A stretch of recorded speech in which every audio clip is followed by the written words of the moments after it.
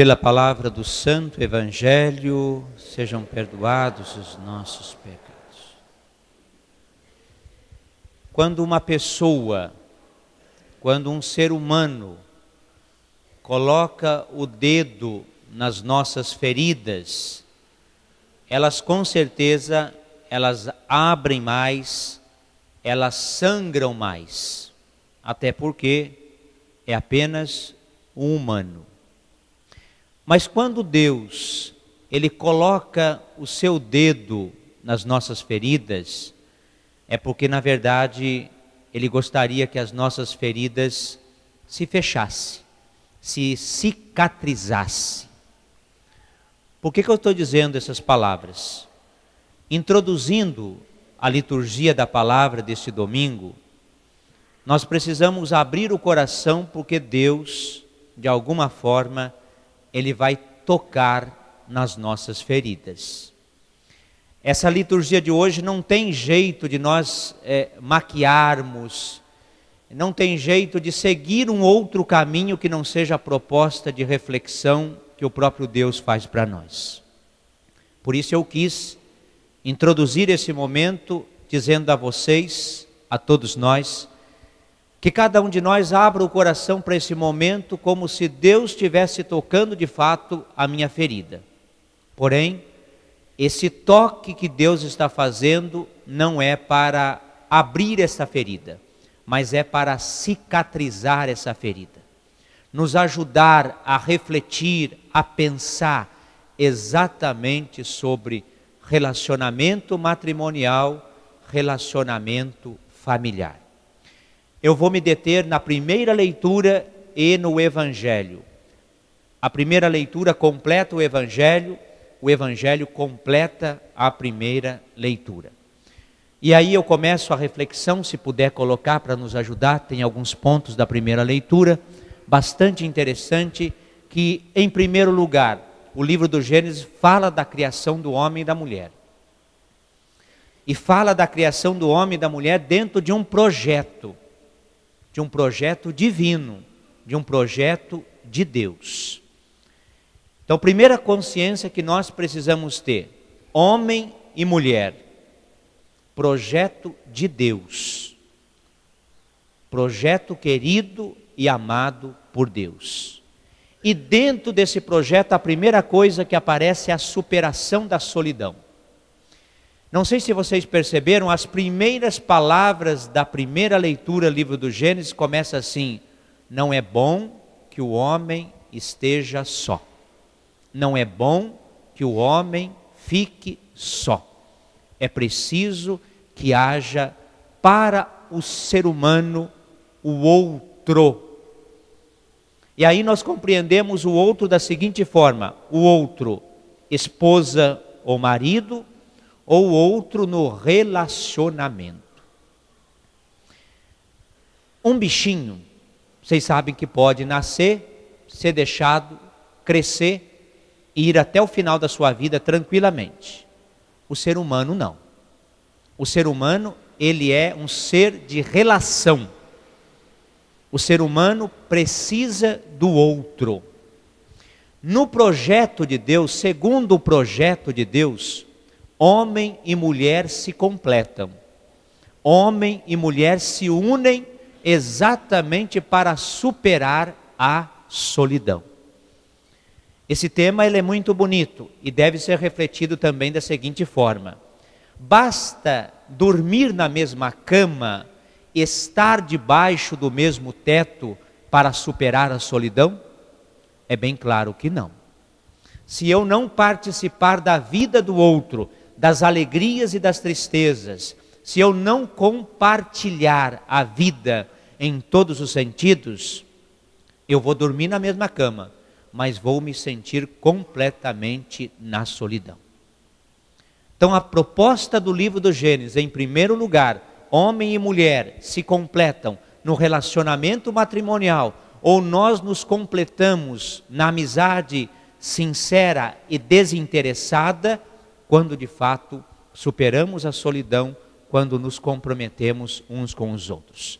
Segunda coisa, dignidade da mulher.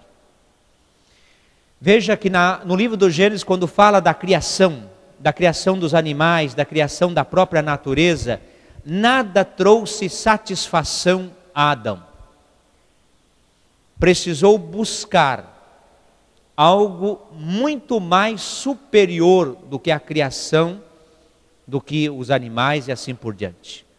Aí Deus vai criar o homem e vai criar a imagem, a mulher.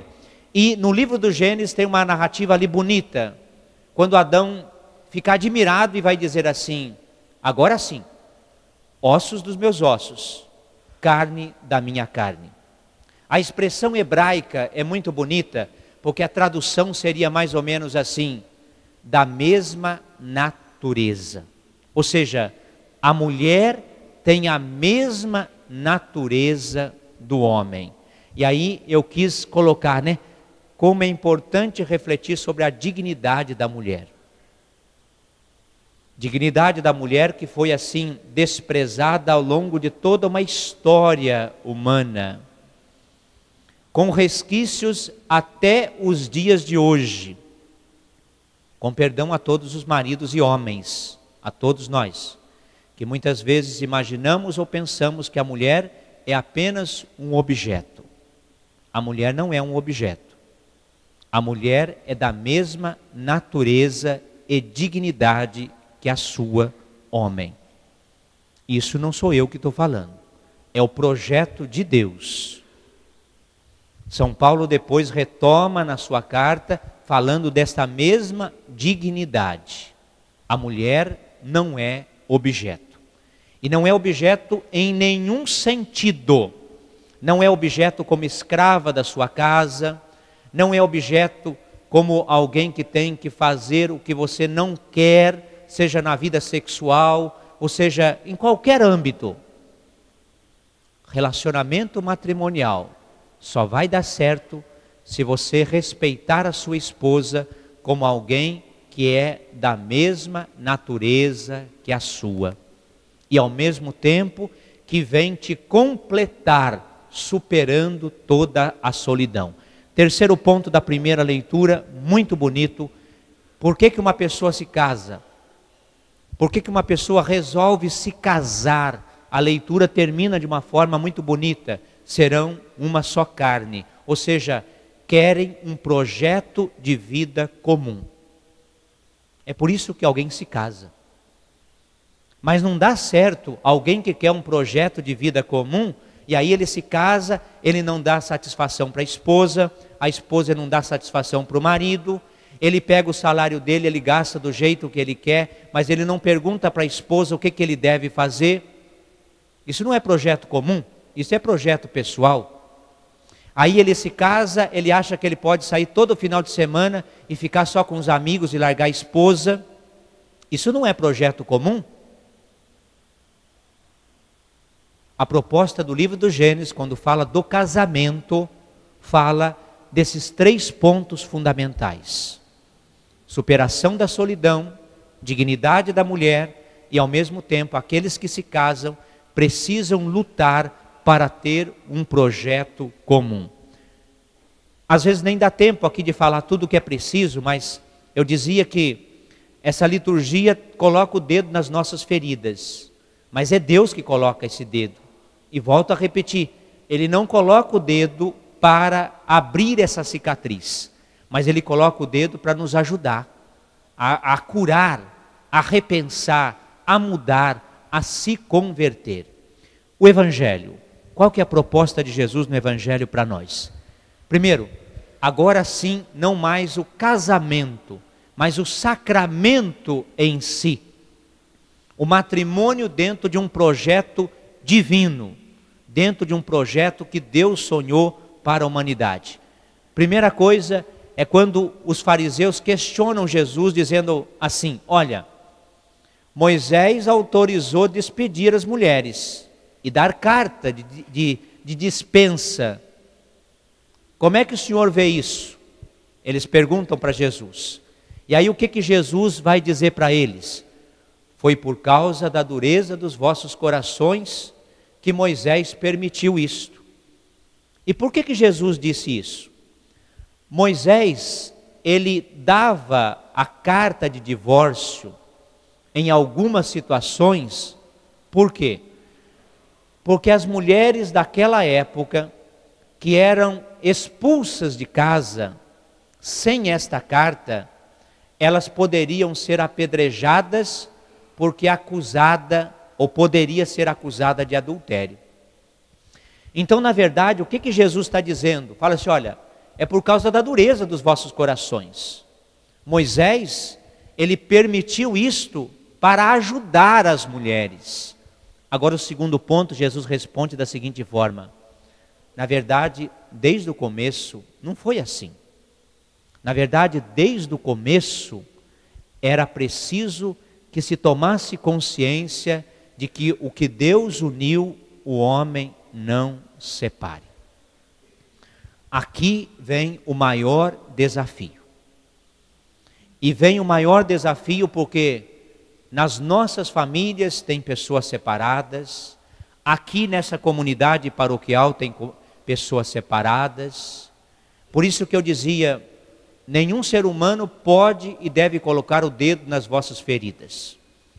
Permita que Deus coloque o dedo, não no sentido de abri-las, não no sentido de feri-los mais, mas de ajudá-los. Por quê?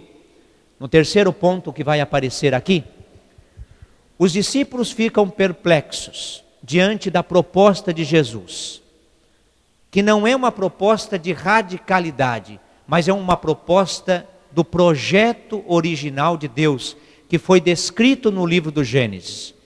O homem e a mulher vai deixar seu pai e sua mãe, vai se unir e vai se tornar uma só carne. Jesus, ele não faz uma nova lei. Jesus, ele não estabelece uma nova norma. Ele simplesmente quer voltar ao projeto original de Deus, que é que o ser humano seja feliz, busque a felicidade, se complete na felicidade. Mas diante da perplexidade dos discípulos e da nossa, qual é que é a proposta de reflexão? A proposta é que nós precisamos abrir o coração e entender a conclusão do Evangelho de hoje. Tornar-se criança. Tornar-se criança para compreender o que Deus quer para as nossas vidas. Retomar dentro das nossas comunidades situações de pessoas separadas, de pessoas que tiveram poucos anos de relacionamento e de repente agora tem um novo relacionamento.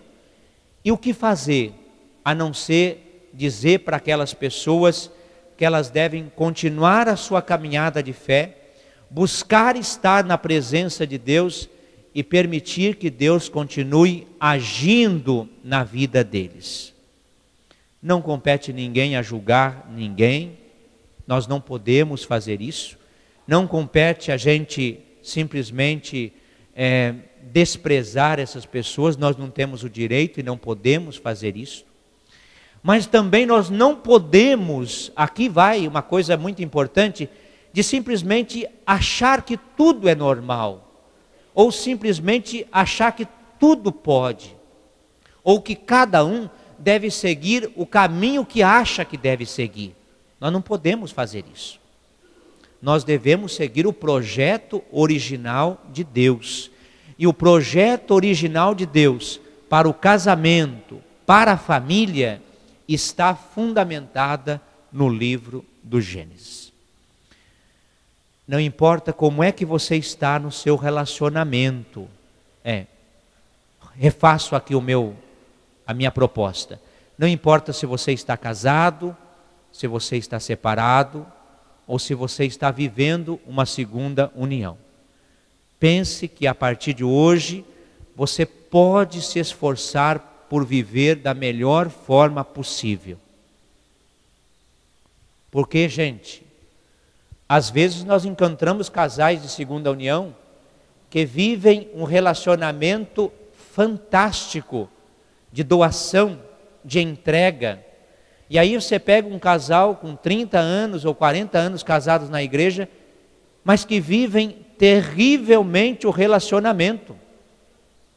Aí você fala assim, então a proposta, padre, é que as pessoas se separem? Não. Que as pessoas se acertem, que as pessoas se perdoem, que as pessoas se curem, que as pessoas reencaminhem de novo. E aqueles que já estão vivendo uma segunda união, vivam na presença de Deus. Se santifique, talvez com maior esforço, mas se santifique na comunhão espiritual, na oração da vida em casal. Então é possível conquistar essa santidade segundo a graça de Deus? É possível. Por quê? O que nós temos na igreja é o caminho ordinário.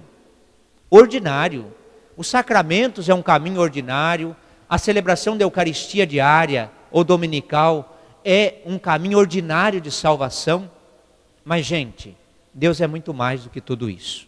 Deus tem o caminho extraordinário. E o extraordinário não compete, não entra em nenhuma avaliação humana. Está somente no coração de Deus. Então eu concluo dizendo desde o início, né? Mas olha, a liturgia eu acho que colocou o dedo na ferida de todos nós. Mas volto a repetir, não colocou o dedo no sentido de abrir essa cicatriz de ninguém, mas simplesmente para ajudá-los, a curá-los, a reanimá-los a continuar firmes na fé. Louvado seja nosso Senhor Jesus Cristo.